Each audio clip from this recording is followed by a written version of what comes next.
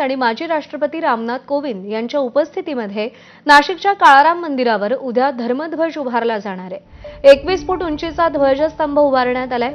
कुंभमेळ्याच्या पार्श्वभूमीवर आणि अयोध्येतील राम मंदिराच्या धर्तीवर ध्वजपताका फडकवली जाणार आहे। धर्मध्वजावरती जय श्रीराम लिहिण्यात आलं असून हनुमानाची प्रतिकृती, ओम आणि सूर्य ही चिन्ह देखील अंकित आहेत। सुरक्षेच्या दृष्टीने पोलीस आयुक्त संदीप कर्णिक यांनी मंदिर परिसराचा आढावा घेतलाय, तर विद्युत रोषणाईने मंदिर परिसर सजवण्यात आलाय।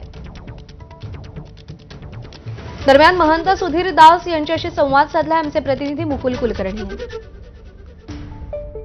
आगामी कुंभमेळ्याच्या पार्श्वभूमीवर आणि अयोध्येतील राम मंदिराच्या धर्तीवर नाशिकच्या अतिप्राचीन काळाराम मंदिरावर धर्मध्वजारोहण हे केले जाणार आहे। मुख्यमंत्री देवेंद्र फडणवीस, माजी राष्ट्रपती रामनाथ कोविंद यांच्या हस्ते हा सोहळा पार पडणार आहे। आपण बघतोय की त्या निमित्तानं नाशिकचं काळाराम मंदिर आता हे सजवलं जात आहे आणि मागच्या वरच्या बाजूला आपण कळसाच्या वर बघतोय 21 फूट उंचीचा हा ध्वजस्तंभ उभारण्यात आलेला आहे। उद्या त्याच ध्वजस्तंभावर धर्मध्वजाचं रोहण केलं जाणार आहे।